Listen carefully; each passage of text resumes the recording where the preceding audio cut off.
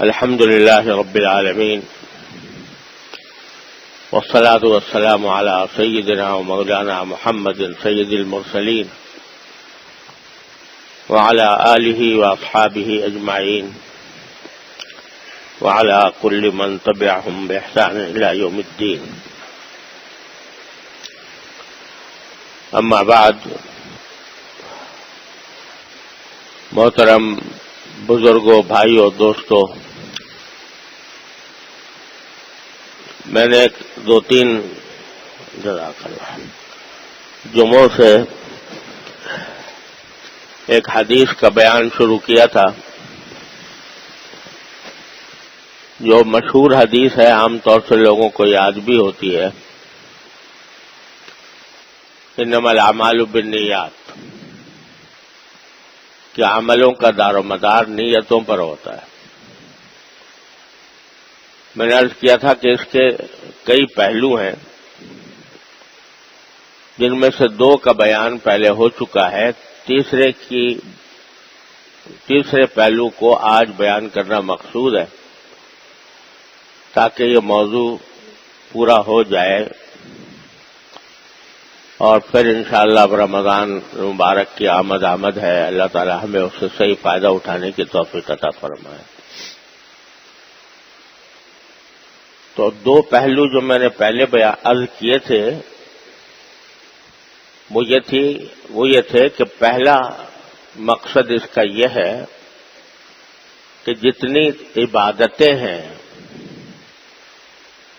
براہ راست جو عبادتیں ہیں جیسے نماز، روزہ، حج، زکوٰۃ، عمرہ، تلاوت، ذکر، تسبیح، صدقہ، یہ اس وقت تک کارآمد نہیں ہوتے، نہ ان کا ثواب ملتا ہے جب تک اس میں اللہ جل جلالہ کی خوشنودی مقصود نہ ہو. یہ کام صرف اللہ کے لیے کیا جائے، دکھاوے کے لیے نہ کیا جائے، شہرت کے لیے نہ کیا جائے، کوئی دنیاوی مفاد حاصل کرنے کے لیے نہ کیا جائے. کوئی آدمی نماز پڑھے اور نیت اللہ کو راضی کرنے کی نہ ہو، یہ سوچے کہ اس سے ورزش ہوگی تو نماز ہی نہیں ہوگی، کیونکہ اللہ کے لیے نہیں ہے. تو ایک پہلو تو یہ تھا، اور دوسرا پہلو یہ تھا کہ جتنے اعمال ایسے ہیں جو شرعاً مباح ہیں، یعنی جائز ہیں، نہ وہ ناجائز ہیں اور نہ کوئی فرض، واجب یا سنت ہے، اگر ان میں نیک نیت اچھی کر لی جائے تو پھر اللہ تبارک و تعالی اس پر بھی عبادت کا ثواب دے دیتے ہیں. جیسے کھانا، پینا، سونا، گھر والوں سے ملنا، دوست احباب سے ملنا، یہ سارے اعمال مباح ہیں، جائز ہیں اصلاً، لیکن کوئی ثواب کے کام فی نفسی ہی نہیں ہے، اپنی ذات میں یہ ثواب کے کام نہیں ہے، جائز ہے. لیکن اگر ان میں نیت اچھی کر لی جائے، اتباع سنت کی نیت کر لی جائے کہ سر رسول کریم صلی اللہ علیہ وسلم کی سنت کے مطابق میں یہ کام انجام دے رہا ہوں، اور اس کا مقصود بھی اللہ جل جلالہ کو راضی کرنا، اللہ تعالیٰ کی خوشنودی حاصل کرنا ہو، تو مباح کام بھی عبادت بن جاتے ہیں، ان پر بھی ثواب ملتا ہے. یہ دونوں باتیں میں نے پچھلے دو جمعوں میں آپ حضرات کی خدمت میں عرض کی تھی. اللہ تعالی ہمیں عمل کی توفیق عطا فرمائے. تیسری بات جو آج عرض کرنی ہے وہ یہ ہے کہ یہ حدیث بعض اوقات غلط طریقے سے بھی پیش کی جاتی ہے اور اس کی غلط تشریح کی جاتی ہے، اور ایسی تشریح کی جاتی ہے جو انسان کو گمراہی تک لے جا سکتی ہے. اللہ بچائے. وہ یہ ہے کہ بہت سے ایسے کام جو گناہ ہیں یا ناجائز ہیں یا مکروہ ہیں ان کو انجام دے کر آدمی یہ کہتا ہے جی انما الاعمال بالنیات، میری نیت تو ٹھیک ہے. اب نیت ٹھیک ہے لیکن جو کام کر رہے ہو وہ کام ناجائز ہے، تو اس کی وجہ سے صرف نیت کر لینے سے کہ ہم نے نیت کر لی ہے اچھائی کی، صرف نیت کر لینے سے کوئی ناجائز کام جائز نہیں ہوتا. کوئی آدمی چوری اس لیے کرے، اس نیت سے کرے کہ جو پیسے حاصل ہوں گے غریبوں میں تقسیم کروں گا. نیت کیسی ہے؟ نیت تو بظاہر بہت اچھی ہے، غریبوں میں تقسیم کرنے کے لیے، خود اپنے کھانے کے لیے نہیں کر رہا، دوسروں کے لیے کر رہا ہے. لیکن جو عمل کر رہا ہے وہ عمل حرام ہے، تو چوری اس نیت سے حلال نہیں ہو جائے گی کہ اس کی اندر نیت آدمی نے ٹھیک کر رکھی ہے. تو یہ واضح مثال ہے اس بات کی کہ وہ عمل اگر حرام ہے، ناجائز ہے، شریعت نے منع کیا ہے، تو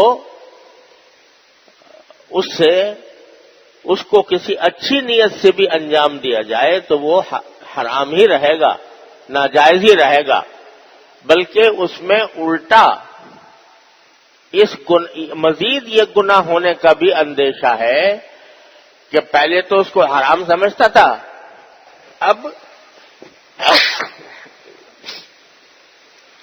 اب اس کو حلال سمجھ کے کر رہا ہے، یہ الٹا گناہ اور زیادہ ہوگا.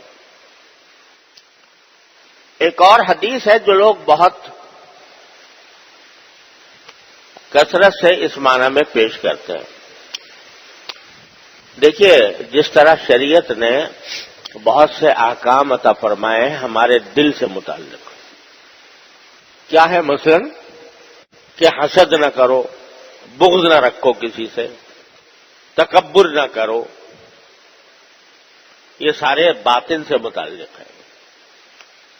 اور کچھ اعمال ظاہر سے متعلق ہیں، یعنی یہ حسد وغیرہ جو ہے نا کسی کو نظر نہیں آتا، تکبر نظر نہیں آتا عام طور پر، یا تواضع نظر نہیں آتی، اندر دل کی بیماریاں ہیں یا دل کے اعمال ہیں. کچھ اعمال ایسے ہیں جو ظاہر سے متعلق ہیں، مثلا نماز پڑھنا ہے، یہ ظاہر سے متعلق ہے. اسی طرح کچھ ظاہر سے متعلق اللہ تعالیٰ نے حکم دیے ہیں کہ بھئی تمہاری صورت بھی ایک مسلمان کی صورت ہونی چاہیے. مثلا نبی کریم سرور عالم صلی اللہ علیہ وسلم کا ارشاد ہے کہ داڑھیاں بڑھاؤ، اعفوا اللحى، یہ حکم بھی ظاہری ہمارے ظاہر سے متعلق ہے، اور یہ بھی شریعت ہی کا حکم ہے، نبی کریم صلی اللہ علیہ وسلم ہی کا حکم ہے. یا یہ پاجامہ جو ہے یہ ٹخنوں سے نیچے نہ رکھنا، ٹخنوں سے اوپر رکھنا، یہ بھی شریعت کا حکم ہے. اب لوگ بعض اوقات اس کی تعبیر یوں کر جاتے ہیں جب کہا جاتا ہے کہ بھئی یہ جو احکام ہیں یہ بھی شریعت کے احکام ہیں، ان پر عمل کرنا چاہیے، تو جواب میں بعض لوگ کہتے ہیں جی کچھ نہیں ہوتا، ظاہری باتوں سے کچھ نہیں ہوتا، ہمارا دل ٹھیک ہے، ہماری نیتیں درست ہیں. تو اب یہ کہنا کہ یہ کام جو ناجائز ہے، اس ناجائز کام کو اچھی نیت سے انجام دینا کہ بھئی کوئی بھی نیت کر لے آدمی کے اعتبار جو ہے وہ ظاہر کا نہیں ہے، باطن کا ہے، تو یہ غلط تصور ہے. ایک حدیث میں آتا ہے کہ آپ نے نبی کریم صلی اللہ علیہ وسلم نے فرمایا کہ اللہ تعالیٰ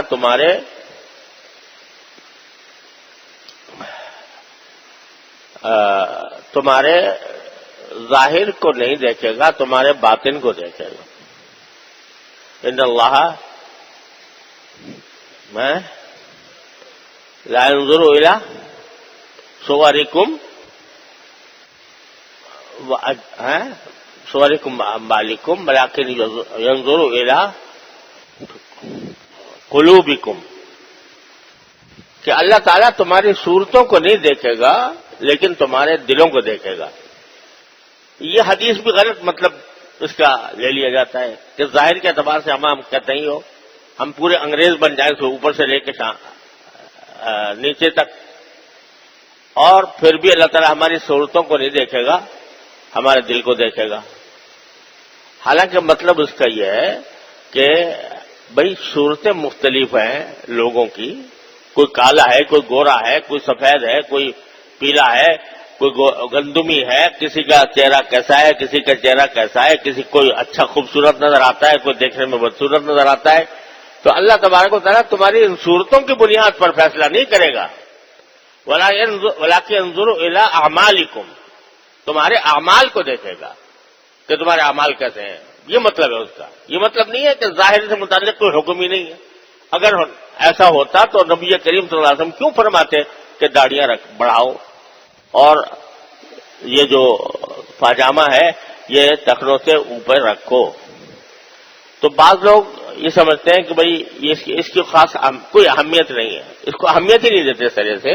وہ کہتے ہیں کہ جی یہ تو ظاہری بات ہے اور ہماری نیتیں تو ٹھیک ہیں، اللہ تعالیٰ کے ساتھ جڑی ہوئی ہے، لہذا اگر ہم یہ تھوڑا بہت یہ کر رہے ہیں تو کوئی حرج نہیں اس میں۔ تو یہ بڑا مغالطہ ہے۔ یہ بھی خوب سمجھ لیں کہ کسی کو دیندار سمجھنا یا اللہ تبارک و تعالیٰ کا مقبول سمجھنا یہ اللہ تعالیٰ کا کام ہے۔ ہم کسی شخص کو اس کے ظاہر کو دیکھ کر کوئی فیصلہ نہیں کر سکتے کہ یہ اللہ کا مخلص بندہ ہے یا نہیں ہے، یہ وہ اللہ تعالیٰ جانتا ہے۔ لیکن ہم ظاہر پر حکم لگاتے ہیں تو ظاہری اعتبار سے کہیں گے کہ یہ گناہ کا کام ہے۔ اب یہ کہنا کہ جب اصل چیز باطن ہے اور ظاہر کچھ نہیں ہے، یہ خیال بھی غلط ہے۔ بلکہ ہمارے بزرگوں نے فرمایا کہ ظاہر بھی اس وقت خراب ہوتا ہے جب باطن پہلے خراب ہو چکا ہوتا ہے۔ آپ کسی پھل کو دیکھو، وہ اگر خراب ہو گیا تو پہلے اندر سے خراب ہوتا ہے، پھر اس خرابی کا دھبا اس کے اوپر آتا ہے۔ ایک خربوزہ ہے مثلا، وہ اندر سے خراب ہے، اندر سے پہلے خراب ہوگا اور دھبا جب آ رہا ہوگا آپ دیکھ کے پہچان لو گے کہ اس میں اندر کوئی خرابی ہے، گڑبڑ ہے۔ تو ظاہر بھی اس وقت خراب ہوتا ہے جب باطن پہلے خراب ہو چکا ہوتا ہے، اور وہ یہی خراب ہو رہا ہوتا ہے کہ جی دین کے اندر آسانی ہے، دین کو جو وہ ظاہر صرف ظاہر کے اوپر ہم نہیں، باطن کا اصل تو باطن ٹھیک ہونا چاہیے، ظاہر کیسا بھی ہو۔ یہ خرابی اندر پیدا ہو گئی، پہلے اس کا ظہور ہوا ظاہر کے اوپر، جیسے خربوزہ اندر سے خراب ہوا اور اس کا ظہور ہوا چھلکے کے اوپر بعد میں۔ تو اس لیے یہ ایک اہم بات یہ ہے کہ جو عمل اگر ناجائز ہے تو وہ صرف نیت صحیح کر لینے سے جائز نہیں ہوتا۔ یہ بسا اوقات فرض کرو کہ کسی شخص کو بتایا جاتا ہے کہ بھئی نماز کا طریقہ یہ ہوتا ہے۔ کئی مرتبہ ایسا ہوتا ہے کہ دیکھا کسی شخص کو کہ بھئی نماز وہ صحیح طریقے سے نہیں پڑھ رہا، تو اگر کوئی آدمی نرمی سے، ہمدردی سے، شفقت سے اس کو سمجھائے کہ بھئی آپ نے جو یہ طریقہ کیا نماز کا یہ درست نہیں ہے، اس سے نماز یا تو ہوتی نہیں یا مکروہ ہو جاتی ہے، یا آپ صحیح طریقہ یہ ہوتا ہے، ابھی کچھ نہیں ہوتا، ہمارا دل ٹھیک ہے، ہماری نیتیں درست ہیں، لہذا جس طرح بھی پڑھ لیں، جو طریقہ بتایا رسول کریم صلی اللہ علیہ وسلم نے اس طرح پڑھے یا کسی اور طرح پڑھ لیں، ہماری نیت ٹھیک ہے، ہمارا دل صحیح ہے۔ یہ بسا اوقات یہ صورتحال پیدا ہوتی ہے اور یہ آدمی کو بعض اوقات اللہ بچائے گمراہی تک لے جاتی ہے۔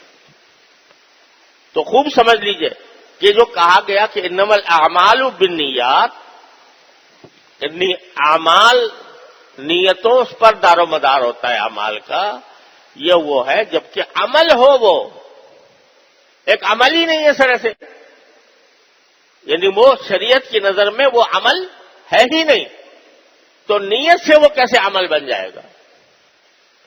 یا ساری بدعات جو ہیں وہ اسی طرح کی ہے. جو بدعتیں ہوتی ہیں وہ ساری اسی طرح کی ہوتی ہیں کہ ان کو شریعت میں نہ قرآن میں نہ سنت میں نہ صحابہ کرام کے عمل میں، اور ہم نے وہ کام کرنا شروع کر دیا. تیجا 10واں 20واں 40واں وغیرہ یہ کرنے شروع کر دیے.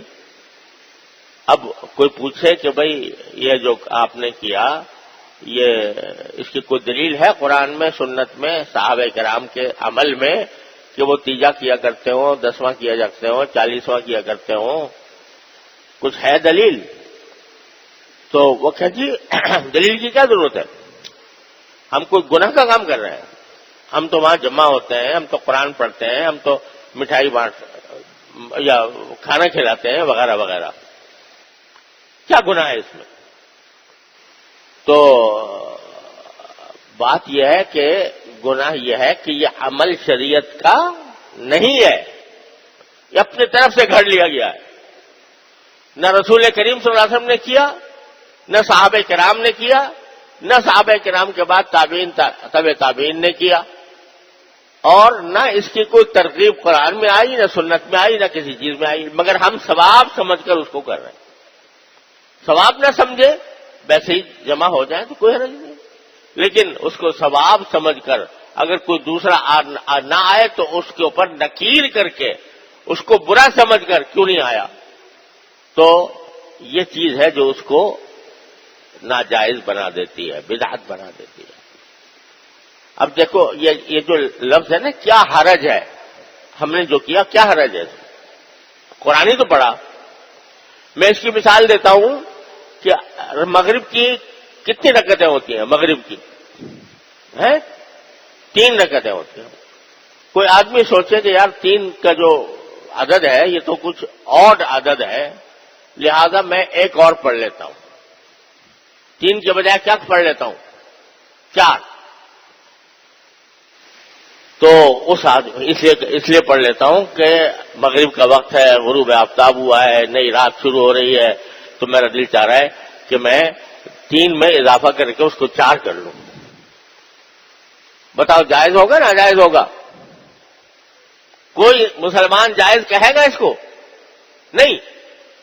اگر وہ جواب میں کہے بھائی میں نے کیا گناہ کیا یار، میں نے سورہ فاتحہ پڑھی، میں نے سورت پڑھی، میں نے قرآن پڑھا، میں نے 1 رکوع زیادہ کیا، میں نے 2 سجدے زیادہ کیے، اللہ کا نام زیادہ لیا، کیا حرج ہے اس میں؟ تو کیا جواب ہوگا بھائی؟ یہی ہوگا نا، حرج یہ ہے کہ تم نے اپنی طرف سے گھڑ لیا. دین نام ہے اطاعت کا، جو اللہ تبارک و تعالیٰ کہے اس پر چلنے کا، جو رسول کریم صلی اللہ علیہ وسلم فرمائے اس پر چلنے کا. اپنی طرف سے گھڑ کر کہہ دینا کہ یہ میری یہ عبادت ہے، میں نے زیادہ عبادت کی ہے، یہ نہ صرف یہ کہ جائز نہیں، گناہ ہے، بلکہ 4تھی رکعت اگر تم نے شامل کر لی وہ 3 کو بھی لے ڈوبے گی، کیونکہ شریعت کے مطابق نہیں کیا تھا. تو یہ اصول سمجھنا چاہیے کہ صرف نیت کی وجہ سے کوئی ناجائز کام جائز نہیں بنتا، چاہے کتنی اچھی نیت ہو.